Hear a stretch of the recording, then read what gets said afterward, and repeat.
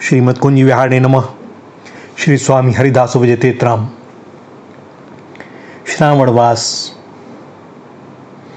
सभी के भीतर उमंग भर देता है।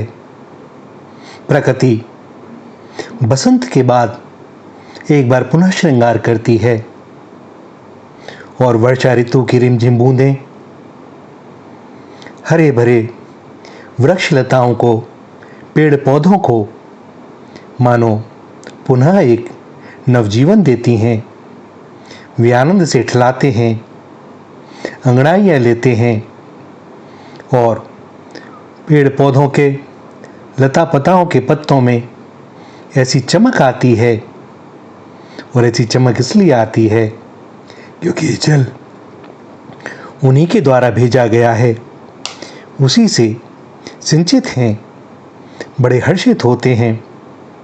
आप यूँ भी देखें, जब हम सामान्यतः स्वयं पौधों में पानी डालते हैं और वर्षा ऋतु का प्राकृतिक जल जब उनके ऊपर आता है तो जो दिव्य चमक आती है वह हमारे द्वारा सींचने पर नहीं होती।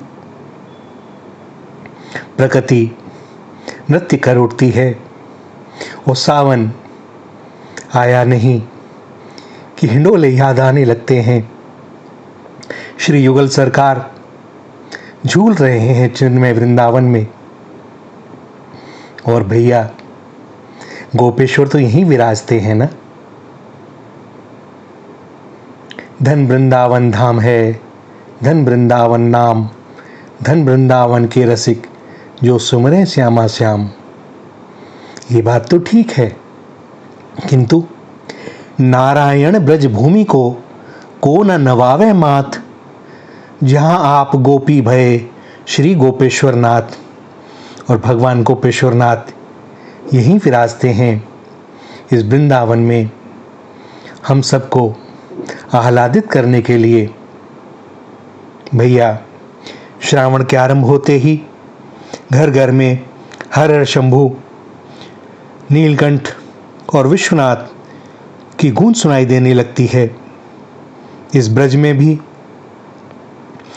क्योंकि दोनों में तो कोई भेद नहीं है ना।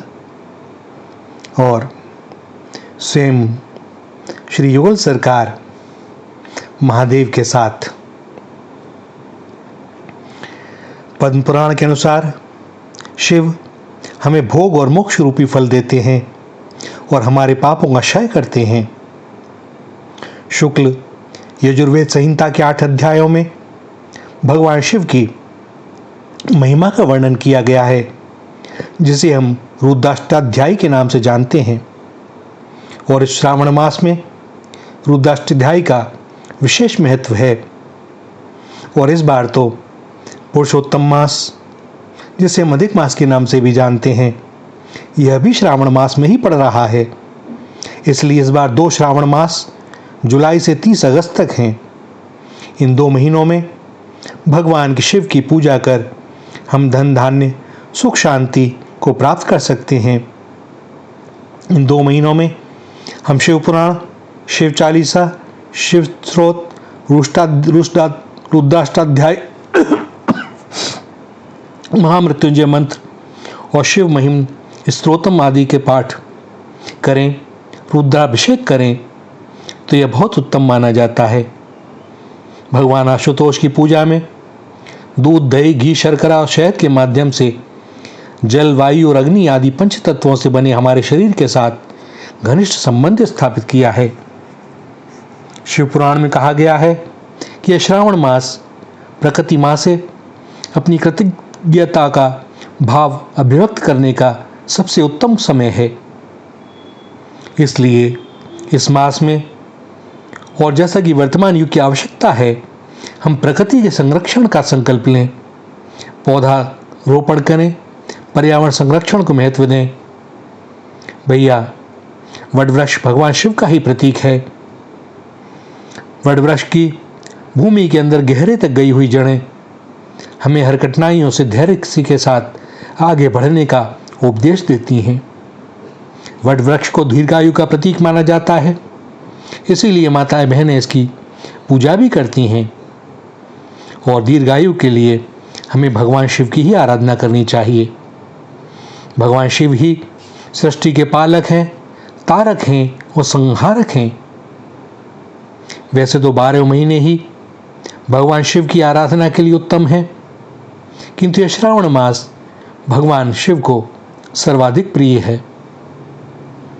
कुमार संभव में पर्वतराज हिमालय की पुत्री पार्वती भगवान शिव के लिए कठोर तपस्या करती हैं।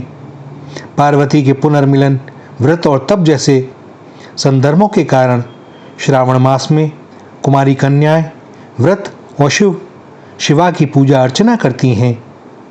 शारीरिक और मानसिक व्याधियों के निदान के लिए भी यह मास विशेष फलदायी माना जाता है।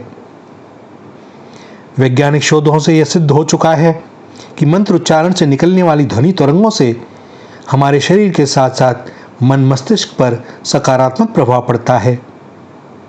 पद्म पुराण के अनुसार श्रावण मास में शिव आराधना से विशेष फल की प्राप्ति होती है और इसीलिए भगवान के रुद्राभिषेक, रुद्र महायज्ञ और सुख शांति के लिए हवन आदि के आयोजन किए जाते हैं। यज्ञ से वैज्ञानिकों ने संक्रामक रोगों का निदान भी संभव बताया है, क्योंकि हवन में प्रयुक्त घी और तेल आदि सामग्री से उठने वाला धुआं आसपास के वातावरण को शुद्ध करता है, विषैले तत्वों का नाश करता है। समस्त रूप भगवान शिव के हैं, इसलिए हम प्रकृति की आराधना करें। सत्यम शिवम सुंदरम, जो सत्य है वही शिव है और जो शिव है वही सुंदर है। और इस समय अपने चारों ओर देखें, प्रकृति मानो नृत्य करती है और भैया क्यों ना करे। ये नटराज का प्रिय मास जो है, और वे तो इतने भोले कि भैया दास का तो अनुभव है कि कोई उनके पास जावे, कुछ ना करे, दर्शन कर ले, अनजाने में ही दर्शन कर ले नित्य, वे इसी से प्रसन्न हो जाते हैं। जल चढ़ा दे तो ना जाने क्या करें, और कुछ कर दे तो भैया पूछो मत। इतनी शीघ्र प्रसन्न होने वाले भगवान आशुतोष ही हैं और कोई नहीं। और जो उनसे जो मांगता है वह उसे निसंकोच दे देते हैं, और इतने भोले और सरल हैं कि भैया कई बार बड़ी परिस्थिति बिगड़ जाती है, किंतु क्या करें, वे स्वभाव से विवश हैं। भोलेनाथ जो ठहरे, जब देने पे आते हैं तो सोचते नहीं कि क्या दूं क्या न दूं, उन्हें तो लगता है कि अपने आप को न्यौछावर कर दूं।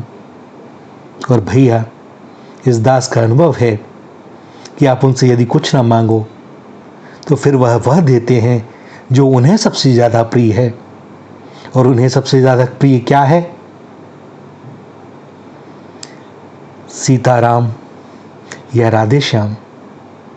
जिसकी जैसी भावना होती है, जैसी चाह होती है, जैसा भाव होता है, जिस इष्ट में उसका समर्पण होता है, भगवान आशुतोष उसको वही दे देते हैं।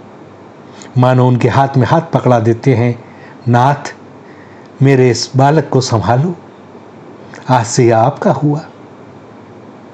और स्वयं भगवान शंकर अपने हाथों से जिसे सौंप दें युगल सरकार को, तो भैया अब कहने को क्या बचा, पाने को क्या बचा। श्रावण मास का बड़ा भारी महत्व है। हम चेष्टा करें, भगवान शिव की आराधना करें, और भैया हम अपने स्वभाव में सुधार करते रहें। किसी को भी हमारे द्वारा शारीरिक, आर्थिक और मानसिक कष्ट ना पहुँचे, इस बात की विशेष सावधानी बरतें। हमें अपना सुधार करना है। वे तो हमें अपना ही लेंगे, अपना ही लिया है, किंतु कुछ तो हम भी करें। जैसे किसी के माँ बाप की बड़ी भारी कीर्ति हो, तो उसकी संतान को अपनी तरफ से तो यह चेष्टा करनी चाहिए कि उनकी कीर्ति में कोई दाग ना लगने पावे। बस जितना भी हमारे हाथ में है उतनी चेष्टा करें, बाकी वे संभाल ही लेंगे। संभाल ही रखा है उन्होंने हमें। वे न संभालें तो भला कौन संभालेगा। हर श्वास उनकी, यह देह उनकी दी हुई। भैया वहीं लग जाए चित्त उन्हीं में, और बस इस जन्म मरण के चक्कर से, इस आने जाने से हमेशा के लिए मुक्ति हो जाए। वे जीवन मुक्त कर सकते हैं। बस अब क्या, जो तुम चाहो सो हो।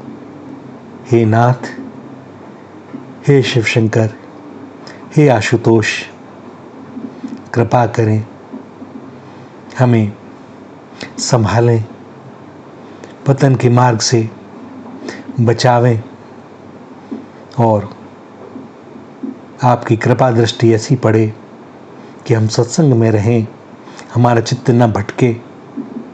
सृष्टि के रूप में आप ही हैं और दूसरा कोई नहीं है। हमारे द्वारा जो भी आपने हमें प्रदान किया है उसके द्वारा सबकी सेवा कर सकें, ऐसी हमें आशीष दें। हे नाथ, आपकी शरण में। श्री राधा, श्री राधा, श्री राधा।